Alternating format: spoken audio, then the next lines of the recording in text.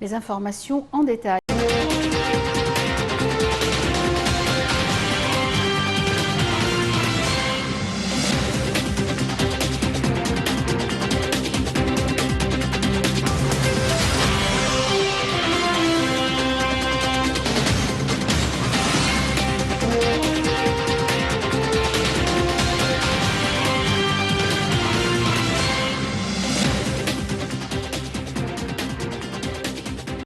Mesdames et messieurs, bonsoir et bienvenue à une nouvelle édition de Direct où on va passer en revue les dernières nouvelles locales et on commence avec cette nouvelle où le président Abdel Fattah al-Sisi s'est entretenu aujourd'hui avec le commandant du commandement central des États-Unis, le général Kenneth McKenzie, en présence du chef d'état-major des forces armées, le général Mohammed Farid et l'ambassadeur des États-Unis au Caire, Jonathan Cohen. Selon le porte-parole de la présidence, Bassam Radi, le président de la République a souhaité la bienvenue au commandant du commandement central américain tout en affirmant la profondeur des relations stratégiques spéciales entre l'Égypte et les États-Unis. Le président El-Sisi a exprimé son aspiration à la continuité de la coopération bilatérale sur le niveau militaire, ce qui renforce la collaboration fructueuse entre les deux pays dans le but de faire face aux défis communs dans la région. Le porte-parole de la présidence a ajouté que les entretiens ont abordé le renforcement des relations bilatérales au niveau sécuritaire ainsi que la lutte contre le terrorisme. Les deux parties ont aussi échangé leurs points de vue concernant un certain nombre de questions régionales. Passons à un autre sujet toujours local où le président de la République s'est entretenu au téléphone avec son homologue chinois Xi Jinping.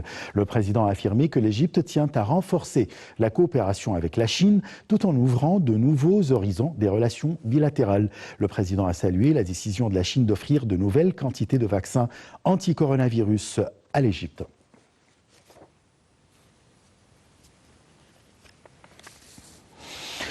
Et dernièrement, le président Abdel Fattah al-Sisi a enjoint de rétablir des étapes exécutives des projets de développement à Toshka, notamment la bonification des terres agricoles et le recours à des méthodes agricoles adaptées à la nature des terres et au climat de Toshka, ainsi que l'intégration des mécanismes de travail entre les secteurs concernés. Le président de la République s'est exprimé lors d'une réunion avec le Premier ministre Moustapha Madbouli et un nombre de ministres et de responsables afin de suivre la position exécutive des projets au sud de la vallée de Toshka. Le porte-parole de la présidence a déclaré que la réunion a porté sur les axes de développement du coton égyptien et la création d'industries nationales qui en dépendent pour fournir des produits en coton de haute qualité à prix abordables. À cet égard, le chef de l'État a enjoint de poursuivre le plan de l'État afin d'augmenter les espaces des terres agricoles afin de répondre aux besoins de l'industrie et d'augmenter la valeur du coton égyptien. Passons actuellement à quelques reportages et on commence avec ce reportage qui parle toujours de cette réunion entre le président de la République avec le Premier ministre ainsi que l'adjoint du président de la République pour les projets nationaux et stratégiques, Cherif Esmaïl, ainsi que le président de l'autorité du canal de Suez, Oussama Rabia, le président de l'organisme général de la zone économique du canal, Mohamed Yahya Zaki, et le directeur général du dispositif des services nationaux des forces armées, Mustafa Amin. Regardons ce reportage signé Salih Hamed et Arachoucha.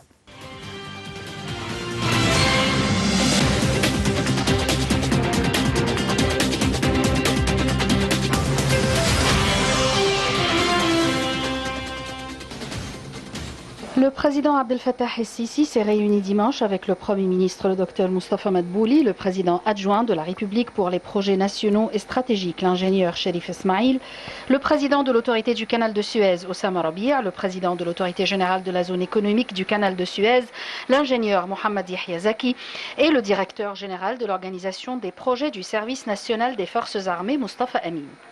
La réunion a abordé les performances et les activités de l'autorité du canal de Suez, ainsi que les projets de l'autorité générale de la zone économique du canal de Suez. À cet égard, le président As-Sisi a été informé des récents taux de trafic de navigation au canal de Suez à la lumière des répercussions de la pandémie de Covid-19 et de son impact sur le mouvement commercial mondial.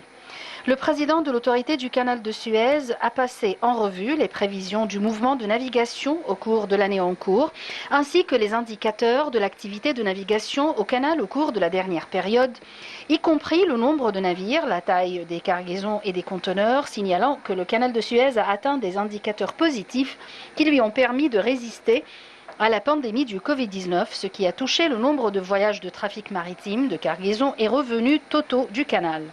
Le président As-Sisi a dirigé de formuler les politiques de marketing flexibles pour le canal de Suez qui soient proportionnelles aux conditions économiques mondiales et de parvenir à un équilibre entre la préservation des taux de trafic de navigation au canal et l'impact résultant des répercussions de la pandémie de coronavirus, ainsi qu'intégrer des éléments de service qui attirent les navires en transit convenant à la portée géographique du canal qui se développe, comprenant un certain nombre de ports modernes dont l'Égypte bénéficie désormais au plus haut niveau, en particulier à El Ain al-Soukhna, l'est de Port Saïd et Bernice.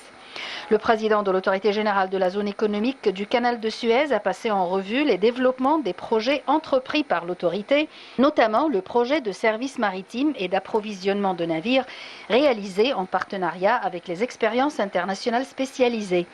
Le chef de l'État a également été informé des projets en cours de développement de modernisation des principaux secteurs de l'autorité générale de la zone économique du canal de Suez, y compris le développement et le soutien des capacités et des cadres humains, des projets d'investissement, ainsi que la situation exécutive de la zone industrielle de l'Est de Port Saïd, du port de l'Est de Port Saïd, outre le port d'El Ain al-Soukhna, en tant que le port principal égyptien sur la côte de la mer Rouge.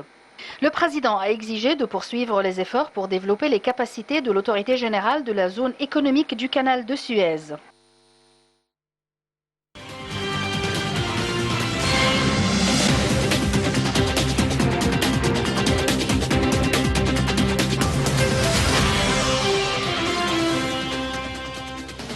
Un événement exceptionnel qui prouve le génie de l'homme égyptien ou l'ancien égyptien en astronomie ainsi qu'en architecture. Voilà, le soleil était perpendiculaire ce lundi 22 février sur le visage de Ramsès II au temple d'Abou Simbel au sud d'Assouan. Ce rare phénomène astronomique apparaît 2 fois par an, le 22 février et le 22 octobre, et dure de 20 à 25 minutes. Ce rare phénomène astronomique apparaît 2 fois par an, démontre les progrès scientifiques des anciens Égyptiens, notamment dans le domaine de l'astronomie. Salih Ahmed et Yara Choucha nous donnent les détails.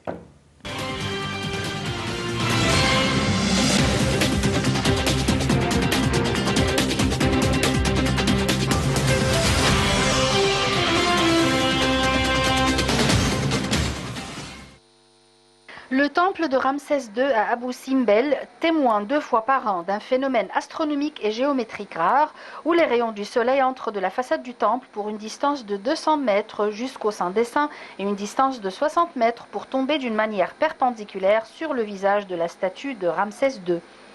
L'Égypte a célébré ce lundi l'unique phénomène du soleil perpendiculaire sur le visage de la statue du roi Ramsès II au cœur du grand temple dans la ville d'Abou Simbel, environ 1300 km au sud du Caire. Ce rare phénomène astronomique apparaît 2 fois par an, les 22 février et 22 octobre. Des touristes ainsi que des responsables culturels et locaux ont observé ce phénomène qui a duré 24 minutes. Au cours de ces 24 minutes, les rayons de soleil ont pénétré une distance de 60 mètres à l'intérieur du temple pour atteindre le sanctuaire du temple. Ceci marque le début du mois de Chameau, c'est-à-dire le début de la saison de la récolte pour les anciens Égyptiens. Les médias internationaux suivent et couvrent l'événement. Souvent, des festivités accompagnent ce phénomène avec plusieurs représentations folkloriques. Les architectes égyptiens avaient situé l'axe du temple de telle façon que 2 fois par an, le 22 octobre et 22 février, les rayons de soleil pénètrent dans le sanctuaire et éclairent la sculpture sur le mur arrière, à l'exception de la statue de Ptah, le dieu rattaché avec le monde souterrain qui reste toujours dans l'obscurité. Le pharaon Ramsès II a érigé le temple afin que le sanctuaire intérieur soit illuminé 2 fois par an. Le phénomène du jour du soleil perpendiculaire survenait le 21 octobre et le 21 février, mais cela a changé dès 1964 avec le transfert du temple d'Abou Simbel de son emplacement d'origine à un nouveau lieu dans le cadre du projet pour sauver les monuments de la Nubie. Dès lors, la date a changé pour les 22 octobre et 22 février de chaque année à cause du changement de la latitude et de la longueur du temple de 120 mètres vers l'ouest et à une altitude de 60 mètres. Les rayons de soleil pénètrent sur une distance de 200 mètres à partir de la façade du temple pour atteindre le sanctuaire et continuent sur une distance de 60 mètres à l'intérieur du temple pour atteindre la statue de Ramsès II, la statue d'Amon-Ra, le dieu de Thèbes, sur le mur arrière.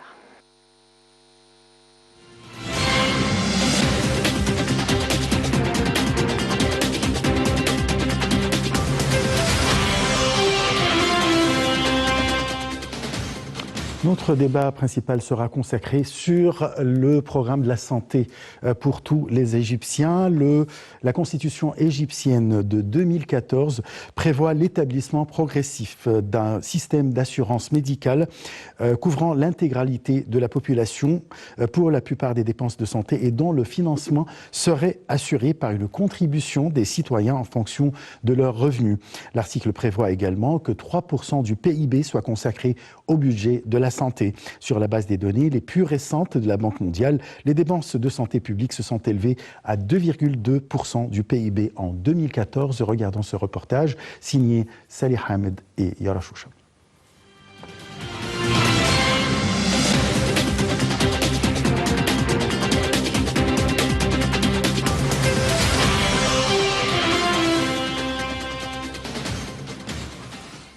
Le nouveau programme d'assurance maladie vise à fournir des services de santé de haute qualité à tous les Égyptiens de manière égale, sans discrimination.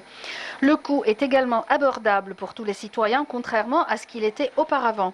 Nous avons eu des problèmes avec l'ancien programme d'assurance, tels que le manque de matières premières ou d'équipements pour les services médicaux et du processus bureaucratique. Le nouveau système est beaucoup plus fluide et plus rapide. La période d'essai a été importante pour relever les défis auxquels le nouveau système est confronté. Les personnes à faible revenu, les orphelins et les personnes ayant des besoins spéciaux font partie des groupes exonérés de frais d'inscription. Le reste de la population paiera 1% de son salaire mensuel. Plus de 600 000 personnes sur 800 000 éligibles ont souscrit une assurance à Port Saïd et 3 millions en ont déjà souscrit dans les 3 autres villes lors de la première phase. L'un des principaux défis pour le gouvernement est que les hôpitaux, les centres médicaux et les équipements appartenant à l'État ont été mis à jour au cours des dernières décennies. Avec le nouveau système de santé, il y a eu une refonte majeure. Les hôpitaux et les centres médicaux sont en cours de modernisation et de nouveaux sont construits par le gouvernement pour garantir des services de meilleure qualité. Ils achètent également de nouveaux équipements médicaux et augmentent le nombre de personnes bien formées comme les médecins, les infirmières et leurs assistants. Selon le ministère de la Santé, le programme d'assurance devrait couvrir les 80 millions de personnes ciblées en moins de 10 ans, avec un coût prévu d'environ 11 milliards de dollars. Actuellement, en vertu de la loi numéro 79 de l'année 1975, toujours en vigueur, la contribution des citoyens à l'assurance maladie représente 4% de leur salaire mensuel, dont 3% couverts par l'employeur et 1% par le salarié. Selon le nouveau projet de loi, la contribution des citoyens représentera 5% de leur salaire mensuel, 4% étant pris en charge par l'employeur et 1% par les employés. Pour les salaires les plus élevés, la part individuelle est de 5%. Les veufs et les bénéficiaires de prestations de retraite en cours devront, eux, s'acquitter de 2% de la pension mensuelle. La nouvelle loi consacre par ailleurs le principe de cotisation par foyer en plaçant le chef de famille au centre du système d'assurance. Ce principe permet d'inclure dans le système d'assurance des profils jusqu'ici largement exclus, comme les femmes au foyer, les emplois informels, les chômeurs, etc. Le chef de famille doit ainsi verser en complément de sa cotisation 3% de son salaire pour assurer une couverture d'assurance maladie pour un conjoint qui ne travaille pas et 1% par enfant résidant au foyer. La loi, promulguée par le président Assisi, confirme le calendrier de mise en place de la loi en 6 phases distinctes. La première, de 2018 à 2020, débutait en juillet et concerne 5 gouvernorats, Port Saïd, Ismaïlia, Suez et Sud Sinaï. Le budget de l'assurance maladie universelle augmentera progressivement pour atteindre en 2032, lors de la première année couvrant l'ensemble de la population, 600 milliards de livres égyptiennes. À noter que la dernière phase concernera le Grand Caire, premier foyer de la population égyptienne.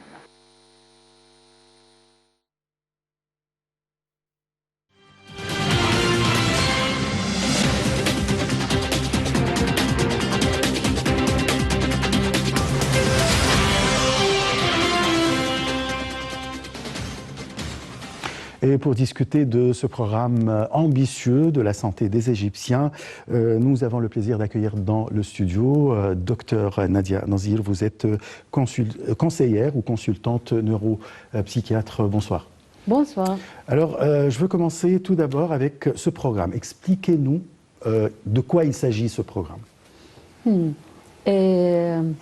Chapeau au président, notre président Sissi, parce qu'il pense à couvrir tout le monde par l'assurance sanitaire nationale.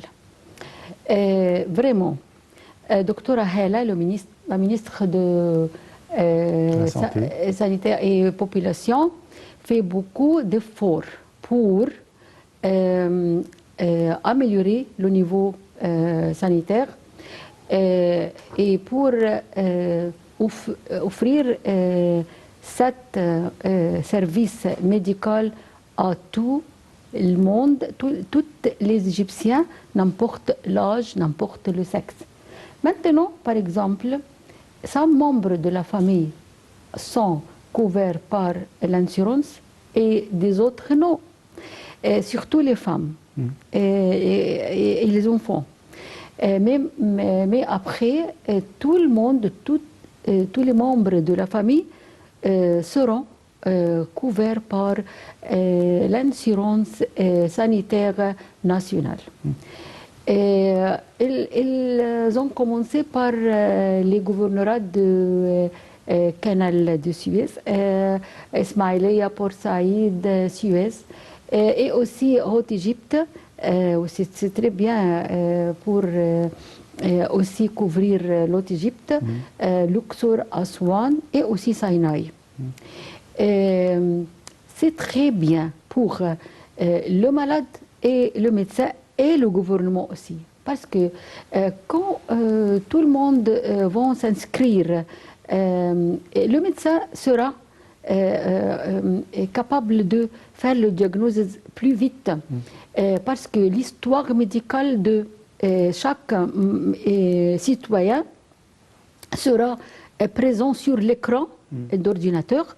Alors, les travaux laboratoires qu'il a fait avant, les radios qu'il a fait avant, toute l'histoire sanitaire de cette personne sera claire devant le médecin.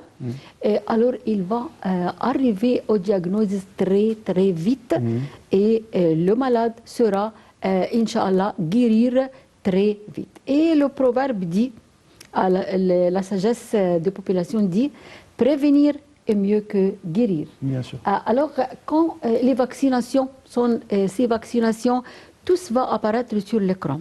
C'est pour cela, Dr Hala, la ministre de Santé et Population, aussi fait beaucoup d'efforts pour améliorer le niveau des médecins, jeunes médecins, surtout pour utiliser l'ordinateur et utiliser la technologie. Aussi, elle fait beaucoup pour préparer des équipes administratives pour aider à faire le succès pour ce nouveau système. Très bien. Là, comment ça va être financièrement? C'est-à-dire, qui va payer quoi? Qui va financer ce programme? Est-ce que ce sont les gens? Est-ce que c'est le gouvernement?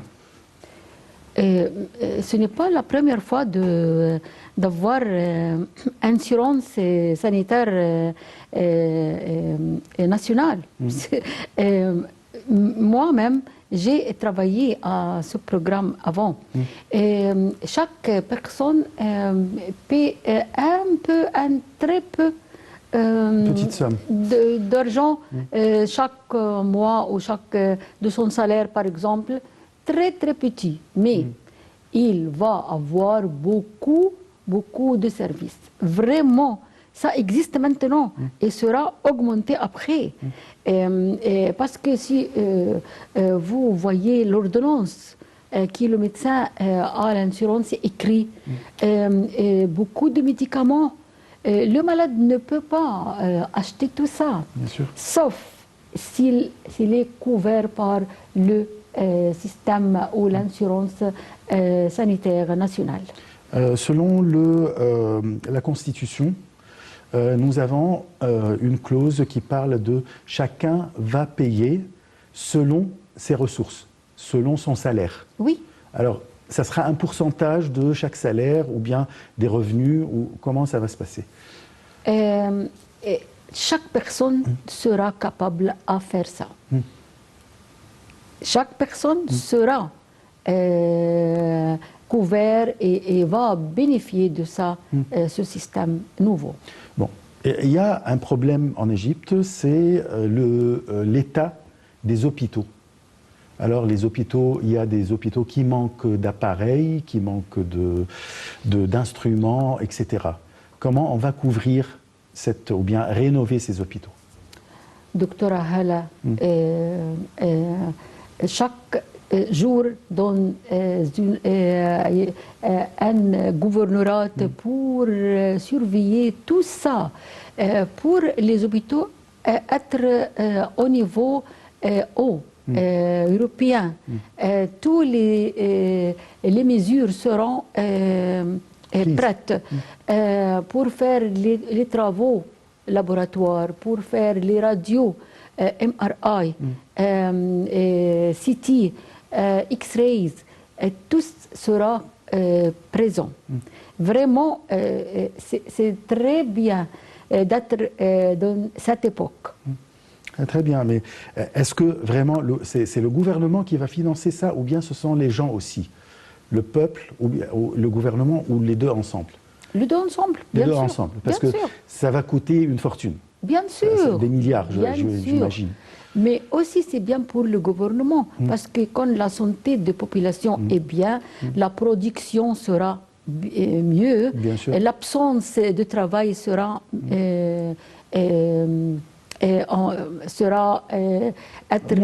moins, oui. Bien sûr. Là, le gouvernement a commencé, comme vous venez de dire, avec les villes du canal de Suez, Ismaïlia et Port Saïd. Quand est-ce que cette expérience va être généralisée dans tout le pays? Je ne sais pas exactement, mais j'espère être très près. Très près. Parce que c'est commencement, mais ça sera généralisé tout de suite. Tout de suite, c'est-à-dire combien de temps à peu près? À mon avis, quelques mois. Dans quelques mois? À mon avis. Oui. Parce qu'il y a le nouveau Parlement qui vient de commencer, qui vient de commencer ses sessions. Et sur l'agenda, il est prévu de discuter ou de voter sur cette expérience ou bien ce programme. Alors, qu'attendez-nous du Parlement pour approuver toutes ces décisions? Je ne sais pas exactement, mais j'espère que ce sera très, très prêt. Très bien. Là, il y a la pandémie du coronavirus qui frappe tout le monde. Déjà, quelle est la situation du coronavirus ou bien du Covid-19 dans le monde aujourd'hui? Heureusement, les médecins à Californie ont dit que le virus a fait la dernière mutation, c'est-à-dire changement de ses protéines. Vous connaissez que le virus est couvert par le capside. Il y a 3 protéines qui font des projections bulbeuses comme couronne. C'est pour cela le nom le corona virus. C'est un membre de la famille de virus de rhume, mais bien sûr c'est dangereux. Mais il a fait beaucoup de mutations. Et surtout, la dernière était en Bretagne. En Bretagne et en Afrique du Sud. Oh oui, en Afrique du Sud. Ils ont dit que la dernière mutation sera contre le virus soi-même. Il va détruire soi-même. Mais grâce à Dieu.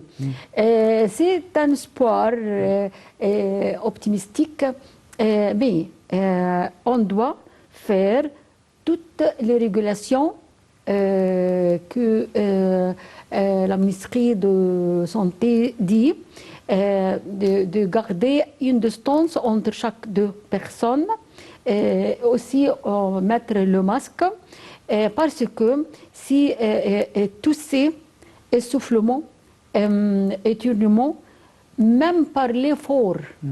Même par l'effort. Parce que ces gouttelettes ou aérosols, et il est très contagieux. Maintenant, toute la famille sera atteinte. Mais grâce à Dieu, la mortalité et la morbidité, c'est différent de contagiosité. La contagiosité est très haute. Très élevée. Oui. Mais les symptômes et les complications seront, Inch'Allah, mieux.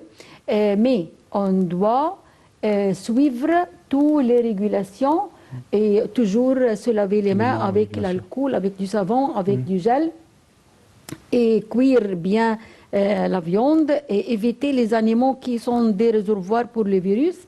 Et toujours mettre le masque.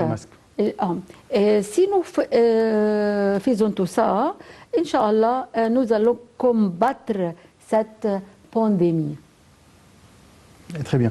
Je vais vous interrompre. Nous avons un coup de fil, c'est-à-dire nous avons le plaisir d'avoir au bout du fil Dr Wafa El Betnaoui. Vous êtes professeur à la faculté de médecine. Bonsoir. Bonsoir. Alors nous parlons déjà, notre débat c'est sur le programme ambitieux de la sécurité sociale ou bien... De la sécurité sociale. Comment ? De la sécurité sociale. Voilà, la sécurité sociale ou bien l'assurance médicale. On a commencé l'expérience dans les villes du canal de Suez et ça va être généralisé dans tout le pays. Comment vous voyez ce programme ? Bien entendu, c'est un grand effort, bien entendu. Mais quand même, vous savez que la médecine aujourd'hui, ou les soins médicaux aujourd'hui, ils sont très coûteux, puisque c'est la technologie qui est intervenue dans le diagnostic et dans le traitement. Il y a beaucoup de générations des médicaments et ces médicaments sont très chers. Et si vous voulez lever le niveau de soins médicaux, alors dans ce cas-là, il faut bien entendu élever aussi la somme de le budget. Je veux dire, le budget de la monnaie ou de contribution des individus et des travailleurs. Oui. Vous savez, parce que je trouve que la somme qui est donnée par les travailleurs pendant leur travail n'est pas suffisante pour couvrir les dépenses des soins médicaux ces jours-ci, puisqu'ils sont très coûteux, bien entendu. Mais quand même, le travail qui est fait pour la sécurité sociale et élever le niveau ou le niveau de contribution de l'État, bien entendu, c'est quand même considérable. Là, la contribution de l'État s'est fixée, si je ne me trompe pas, à 3% du PIB. Et alors, qu'est-ce qu'on attend des individus ? Quel pourcentage ? Des individus, oui. Vous savez, pour nous, on disait que la contribution de chacun, ou bien entendu des gens qui peuvent donner, doit être augmentée pour que la contribution de l'État puisse couvrir les coûts de soins médicaux ces jours-ci. Nous avons dans le studio Dr Nadia Nazir qui a mis l'accent sur la rénovation des hôpitaux d'État dans tous les gouvernorats et avec la contribution entre les individus ou bien la population et le gouvernement, on essaye d'acheter les instruments ou bien les appareils nécessaires pour les hôpitaux. Où on est? Vous savez, ce n'est pas les instruments. Les instruments sont beaucoup en Égypte. Mais les dépenses pour les fonctions, pour la fonction de ces appareils et de ces instruments, les coûts we call the running expenses, les dépenses de jour, les dépenses de chaque jour sont quand même sont des fois insuffisantes pour obtenir le maximum de ces instruments. Ça veut dire que vous dites que nous n'avons pas de problème d'appareil ou d'instruments, c'est juste le financement oui, les dépenses de chaque jour pour faire marcher ces instruments. Oui. Très bien, vous êtes optimiste pour ce programme alors? Oui. Très bien, je vous remercie beaucoup. Docteur Wafa El-Metnaoui, vous êtes professeur à la faculté de médecine, Université du Caire. Merci beaucoup pour... Je vous remercie. Alors, docteur Nadia Nazir, c'est-à-dire docteur Wafa, est d'accord avec tout ce que vous avez dit, comme elle est académique quand même. Alors, elle a approuvé tout ce que vous avez dit et est d'accord. Là, on parlait tout à l'heure de la pandémie du Covid-19 qui affecte bien sûr non seulement la santé des gens, mais aussi l'économie des pays, l'économie du monde en général et le déplacement. Et vous êtes très optimiste après la découverte de la Californie, comme quoi le virus va se tuer. Oui. Voilà. Je parle du vaccin maintenant. Il y a des pays qui sont très riches, qui ont les vaccins et qui sont très avancés à donner les vaccins au peuple. Et d'autres, si je donne un petit exemple, des pays africains qui n'ont pas les moyens et qui n'ont pas les moyens de donner les vaccins à leur population. Comment on peut faire? Parce que ça a été critiqué par l'OMS quand même. Choisir quelques personnes qui ont au risque. Par exemple, les équipes médicales, aussi les âgés, aussi les personnes avec des maladies chroniques. On doit commencer par ces personnes et après on peut élargir après. Mais grâce à Dieu qu'il y a des vaccinations maintenant. Depuis quelques mois, nous n'avions rien. Mais je suis optimiste. Inch'Allah, nous allons combattre cette pandémie. Comment vous voyez les efforts déployés par le ministère de la Santé et de la Population concernant l'achat ou bien l'arrivée des vaccins? Surtout que, en ce moment, à cette heure-ci, la ministre de la Santé, Hala Zaïd, est à l'aéroport du Caire, maintenant, pour recevoir un lot de vaccins chinois. Vraiment, elle fait beaucoup d'efforts. Vraiment.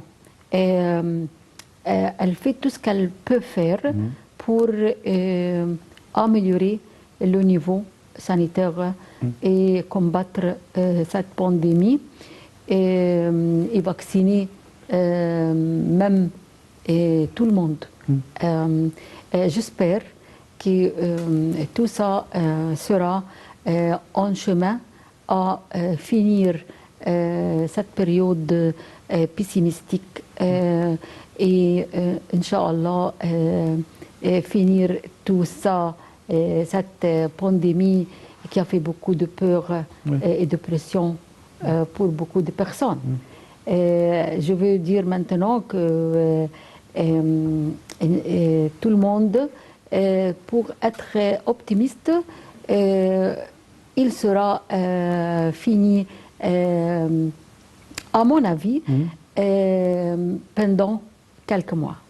Ah, c'est très bien, c'est une... Bon, on espère, c'est un espoir de tout le monde et merci que vous êtes spécialiste et que vous avez bien précisé cette information. Là, est-ce qu'on peut faire une différence entre les vaccins, les différents vaccins? Parce qu'on a déjà un vaccin chinois, deux vaccins américains, un vaccin britannique. Est-ce qu'il y a une différence ou bien tous ils sont pareils? Pour discuter ça, on doit savoir comment le virus travaille, comment le virus est contagieux, la contagiosité du virus. Il entre, par exemple, le système respiratoire et il attaque la cellule. Il y a des récepteurs sur chaque cellule. Aussi, le virus a quelques RNA protéines. C'est une protéine qui va attaquer le récepteur et ordonner le noyau de cellules de production de virus, nouveaux virus. Alors, si un virus entre, il sera 1000 virus. Ça se multiplie. Il va ordonner le noyau de cellules de production de multiples de virus. Et aussi, ces virus vont attaquer un autre hôte et comme ça. Alors, les vaccins sont différents concernant comment ils vont attaquer le virus. Il y a des virus atteints qui vont travailler pour élever les systèmes immunitaires de l'homme. Il y a seulement le protéine RNA qui sera utilisé. Il y a des vaccins comme ça pour le RNA seulement, le protéine seulement. Il y a des vaccins qui ont le virus, même, le virus mais atteint, c'est-à-dire affaibli. Et comme ça, il attaque le virus, il attaque la capacité du virus de ordonner la cellule de faire plus de virus et production de multiples de virus. Il y a des étapes de contagiosité. Le virus entre et après il ordonne les cellules de faire beaucoup de virus et après être transmis à notre hôte.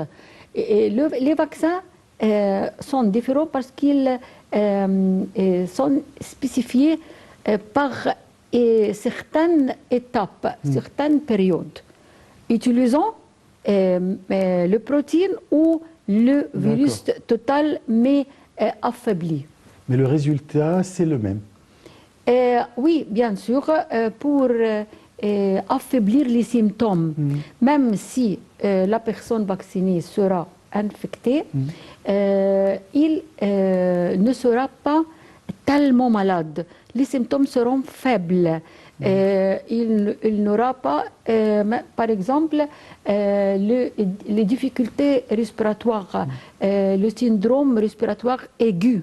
Il ne sera pas, il n'aura pas à l'hôpital pour l'ICU,